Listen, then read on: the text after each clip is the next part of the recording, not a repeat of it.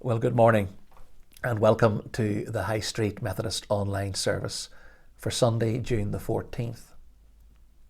This would have been Conference Sunday until the pandemic intervened that has pushed the Methodist Conference back until October. This week there was a special ministerial session that was held online by Zoom in order to process some business that could not wait until October. The interesting thing was that it brought the highest attendance that I can ever remember. Maybe it's because ministers did not have to travel large distances to attend and that they were able to do so from the comfort of their own home. Perhaps there is a lesson here as to how we do our business in church life and in other aspects of life moving forward.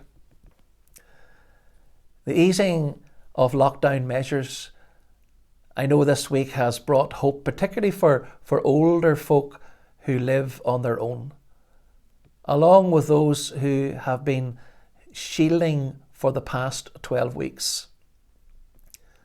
Not to be able to have physical contact has been so difficult for all of us. And now to be able to do this, albeit in a limited way, does give us hope amidst what may still be lingering doubts as to when we will see the end of this virus. It was great also that 17 of our young people gathered together online for a Zoom quiz last Thursday. I understand you had a great time, and there is to be another one of these quizzes in a couple of weeks. Thinking of worldwide issues, the events that have surrounded the death of George Floyd in Minnesota a couple of weeks back, well, they've continued to reverberate across the world. And it reminds us that the scourge of racism is sadly still too prevalent across our world today. One thing that has really encouraged me was that our young adult ambassadors within the Methodist Church in Ireland have issued a very heartwarming, clear statement about the problem of racism in the world. And in this statement, they say the following: that we feel called to continue highlighting and responding to the ongoing events across the world as a response to the killings of George Floyd and many others from the black community. Racism is a massive globe-spanning issue, and whilst the media have been portraying that it is mainly an American issue, we know that this is not the case. Therefore, as ambassadors and Christians, we feel called as a matter of urgency to follow in the Methodist tradition of standing up against racism, established even before the abolition of slavery. Racism in any form is not okay. It's a great statement, and if you want to read the full statement, you can.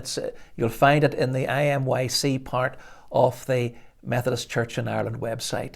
It is really worth taking the time to read it.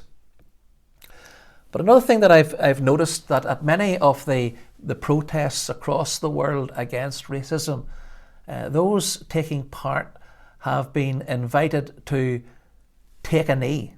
In other words, to go down on one knee to show their support against racism.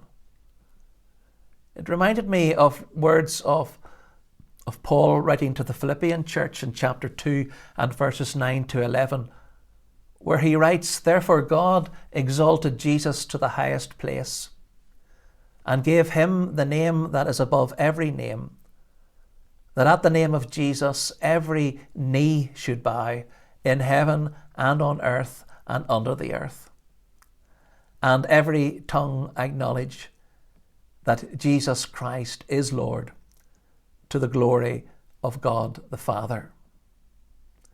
These are verses that remind us that there is a time coming in the future when Jesus will return through the skies to this earth. And it will be in that moment that every knee will bow in heaven and on earth and under the earth. And they will bow the knee to acknowledge Jesus for who he is, that Jesus to be Lord, and all to the glory of God our Father. And so until that day, we are called to love God and to love our neighbour, whatever their race, religion, colour might be, to love them with heart, mind, soul and strength. And so may we resolve to do this as we bring our worship before God today. Our opening hymn is the great hymn by Charles Wesley, "Oh, for 1,000 tongues to sing." And so let us worship God together.